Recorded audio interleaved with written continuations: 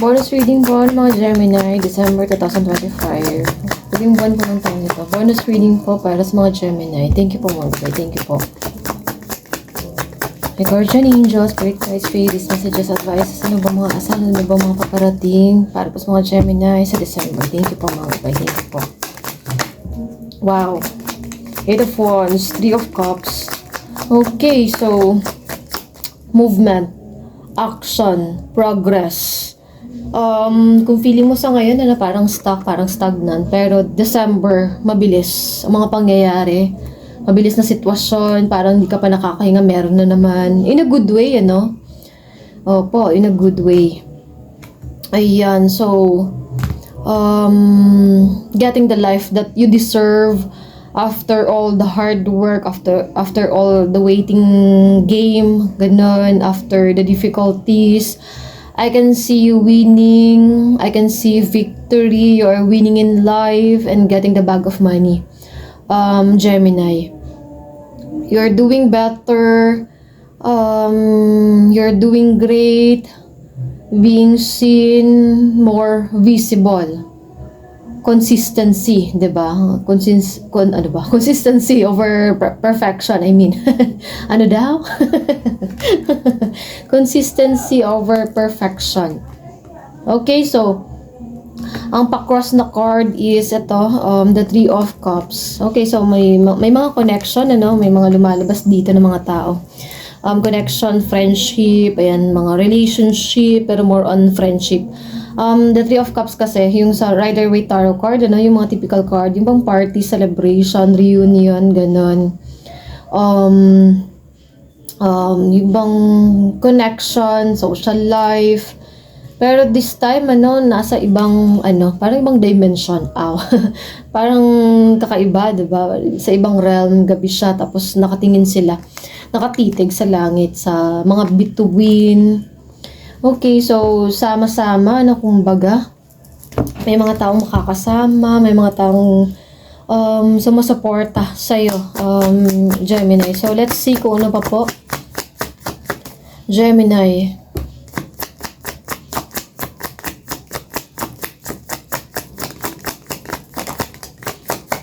Ace of Wands, naka-reverse. Thank you po mga gabay na pa po, Gemini. Gemini. Page of Cups and then the 5 of Cups. Okay, so may tao dito na magbabalik. Romantic offer, consolation maybe, or even yung bang apology, ano? May tao dito na magbabalik, hingi ng sorry or babawi sa'yo kasi namimiss ka ng taong ito, Gemini, or ikaw mismo, namimiss mo ang taong ito. Nag-i-imagine, may illusion na nangyayari. Dito kalungkutan, nakafocus siya sa bagay na nawala sa kanya. Tapos ito naman, iniisip niya pa rin po yung mga nangyari. Iniisip ka pa rin po niya. Balik natin yung dalawang card. Papaut tayo ng ibang card.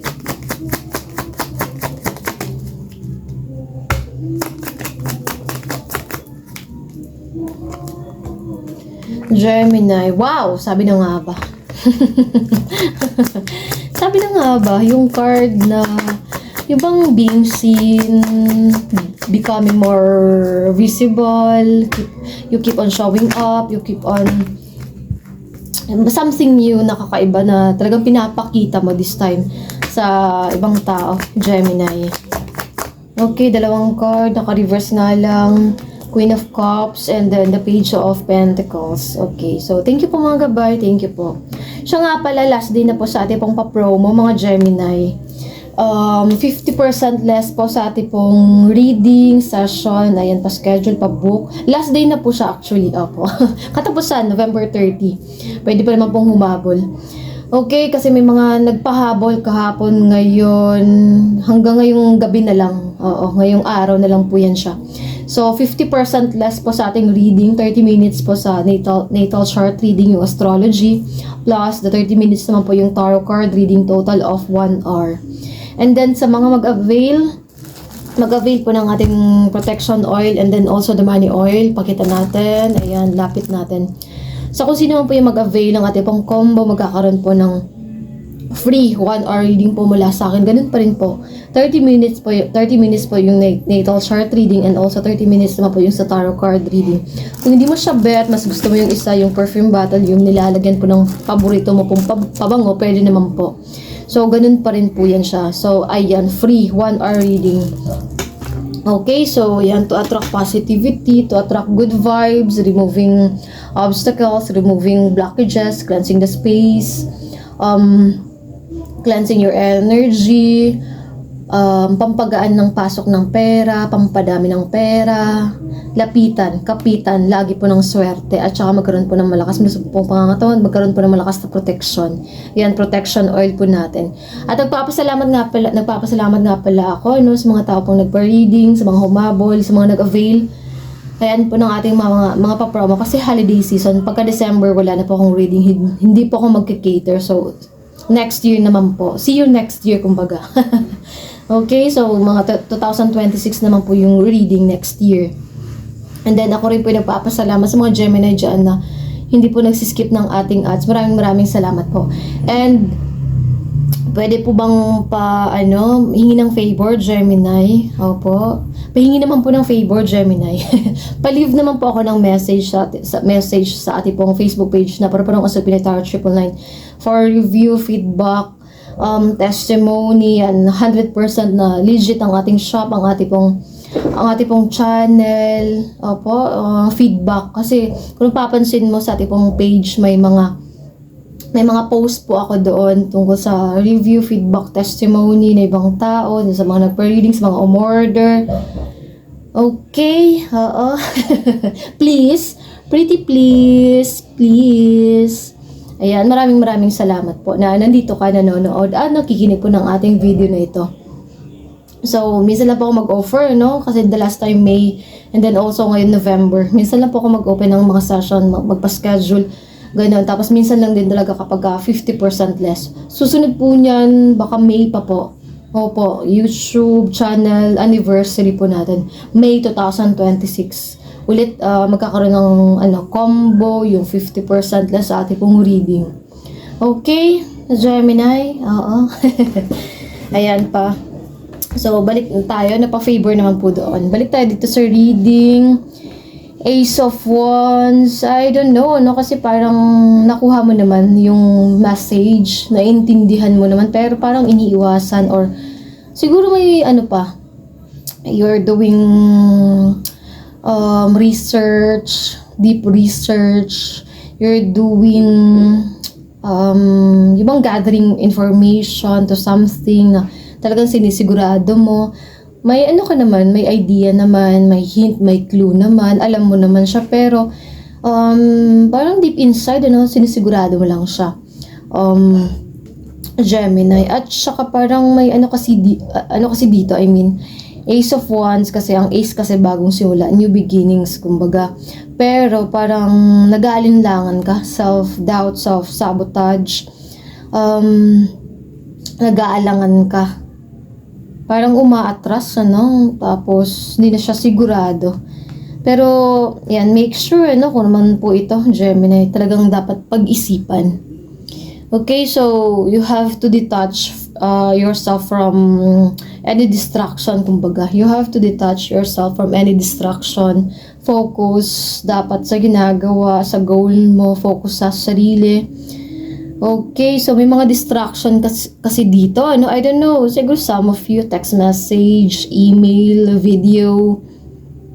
Kasi para siyang that kind of object, it carries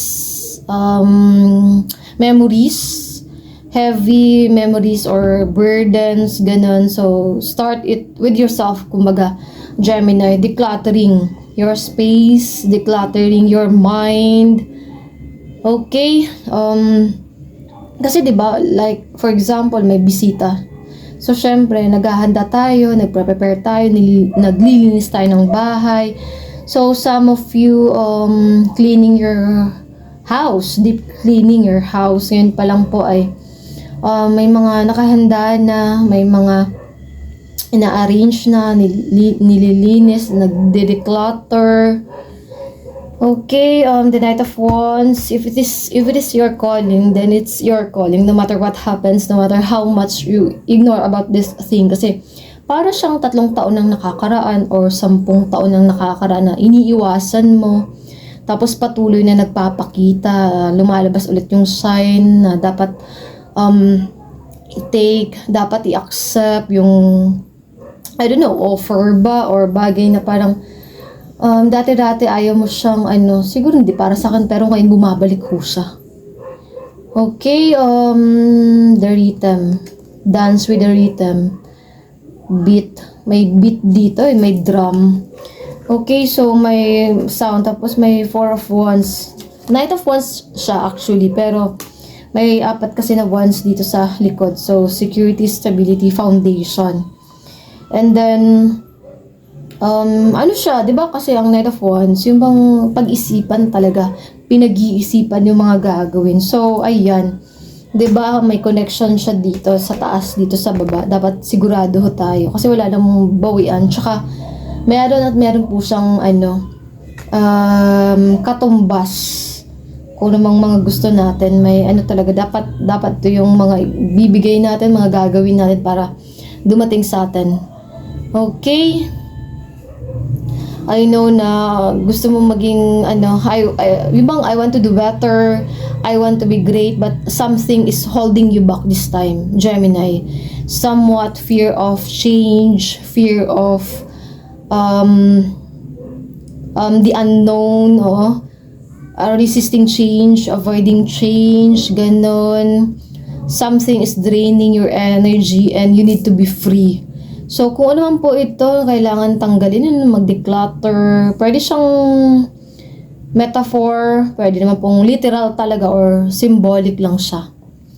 Okay, Nine of Cups, treasure, lately, nagiging, naman siya, okay naman yung sa kaperahan, kasi the Knight of Cups, yung bang fulfillment, hindi lang siya about sa kaperahan kasi yung treasure nandito, sa baba. Yung bang bagay na nakukuha, yung bang mga bagay na nakapagpapasaya ng puso, like, for example, yung suporta ng ibang tao, yung pagmamahal ng ibang tao, pag-aalaga po ng ibang tao, ganun. And then also the Nine of Cups kasi party celebration. So, siguro bago lang, may nangyaring ganun sa'yo, Gemini. Di naman siya kinakailangan bongga, pero laking tulong naman, 'di ba, kapag ka nasa ibang lugar tayo na ito yung mga kasama natin na minsan lang natin nakakasama, minsan lang natin nakakausap. Okay, so the Knight of Cups, may tao po dito na interesado sa'yo, Gemini. May tao dito na parang napukaw, nakuha mo ang atensyon ng tao ito, Gemini. Someone is coming. Someone is interested, someone is giving you a gifts, sending you sweet messages, signal, parang may pinaparamdam sa yung taong ito, pinapahiwatig. Hindi naman siya yung bang parang totally na mabilisan dito, ganyan na sinasabi yung mga nararamdaman, wala pa, simple lang siya. Tapos medyo kinikilig naman, Okay, so yung card na nandito, Gemini, I can see dito, na you are becoming, yung viral, trending sa community, sa grupo, sa lugar na kung saan ka man, or even sa social media. Ito kasi yung card, na yung bang spotlight, limelight, and then also card rin po ito ng optimism, positivity, card na talagang maliwanag. Walang rason para maging malungkot. Wow! Ang ganda. Parang, ay nako. Wala kasing title, Gemini, Tagalog, December 2025 bonus reading. Ganun yung title natin. Ayan. Ilala ko lang kasi walang title. So, sa sobrang liwanag, sa sobrang saya, walang panahon para maging malungkot. Walang lugar, yung kadiliman. Charot. And I can sense dito na Gemini, na you are more seen, becoming more visible, getting people's attention than usual, becoming a star, becoming well-known, superstar, some of you, viral, trending, in a good way. sa social media. So, i-post mo na po yan siya, no? Yung mga picture natin dyan para ma-free space naman yung cellphone. Okay, so the sun card din kasi, yung bang, talagang maliwanag, kumbaga. Ikaw yung, yung star of the show, apple of the eye, center of attraction, center of attention. At the same time, nade-drain ka. Yun yung drawback niya. Yun yung disadvantage niya. Gemini. People will like you. People will admire and love you, Gemini. But some people may not. And that's life. That's normal. Meron at meron ho talaga na inggitera, gano'n, wala namang ginagawa, meron at meron po yan siya. Bahala sila, 'di ba? And parang may something sa kwintas. Ayan, Gemini, lapit natin. Yan yung kwintas, So, siguro sa ngayon, may suot-suot kang kwintas or may bala kang bilhin na kwintas. Silver, gold, I don't know, crystal ba, or yung bang mga yung bang sa spirituality, yung mga crystal, yung mga mutya, ikwintas yung parang siyang stone kasi. Okay, ang ganda kasi ng pendant, ayan. You are making money, busy with your coins, but something along the way cause you distraction. I don't know, maybe love, Gemini. Ow. One moment you are very dedicated, committed in your work, but one point you lose it. So, do not be distracted, Gemini, kung naman po ito. Keep doing the work and get back. Kasi may nakikita ako dito na movement, action, progress. Actually, malaking progress. Big project, big progress. May potential ho talaga. So, becoming more abundant. And then sa December, feeling ko rin may mga unexpected naman dito na paparating. Hindi naman siya ganun kalaki, pero at least masisiyan ka naman sa araw na yan. Oo. Makakatanggap ka ng biglang, wow, bongga. May hindi naasang pera, ganun.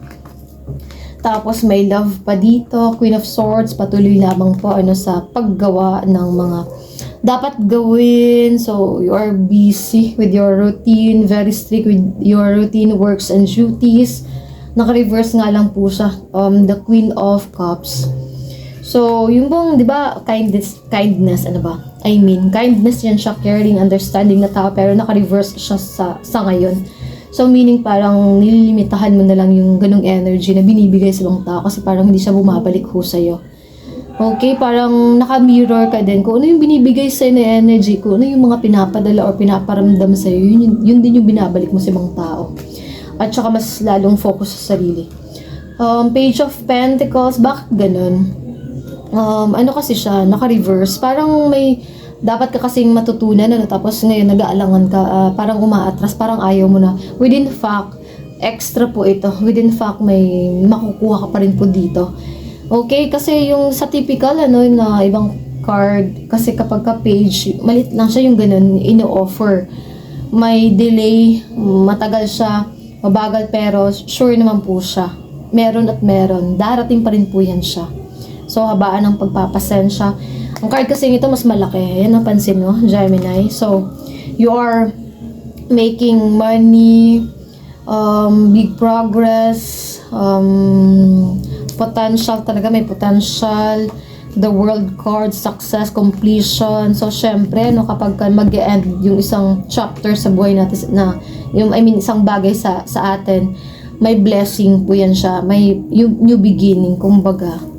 Sa likod naman po, the moon card, malapit na rin po kasi ang full moon, diba? High priestess, feminine energy, high priestess, embracing your psychic abilities, mas malakas na intuition. Okay, wish upon the star. Wow, may wish pong matutupad dito sa December. Hindi naman siya ganun kalaki. I mean, di ba, may mga wish tayo na major, na malaki. May wish naman tayo na mabilisan, maliit lang, na kaya naman po natin. Nandun ho yun siya. Makukuha mo siya, Gemini. May wish po dito na matutupad. The star card. The wheel, ayan, the wheel of fortune, the wheel of the year, pero kasi dito ginagamit ho natin light seer. Ayan, the wheel card. Ayan, pagbabago ng sitwasyon, papabor ho sa'yo. Minsan lang po lumabas, I mean, yung the wheel of fortune. Marami pa. Ayan, oh. May mga opportunity. Beautiful, amazing opportunities. Getting the life that you deserve after all the hard work, the difficulties. I can see you winning. I can see victory and also get that bag of money, Gemini. Oo. So, do not be distracted, ano? You're doing great, kumbaga. You are doing better day by day. And also, yun na nga, sa mga interesado po ng ating reading, message mo na lang po ako diretso sa ating pong Facebook page na para po ng Kusal Pinoy Tarot 999. Last day, last night na po ngayon, opo. Ayan. At saka, yun na nga po, ano, please naman po, pa-message po ako sa ating pong messenger, sa mga nagpa-reading dati, sa mga umorder din po sa akin. Ayan, para makita ho nila, no? Oo. Kasi parang may mga ano pa rin. Oh, alam mo na, yung ibig kong sabihin, Gemini. Back upan mo ako, Gemini. Oo. Please naman, back up dyan, Gemini. Ayan. So, yun lamang po ang ating reading. Mag-iingat ka po lagi, Gemini. God bless. Bye!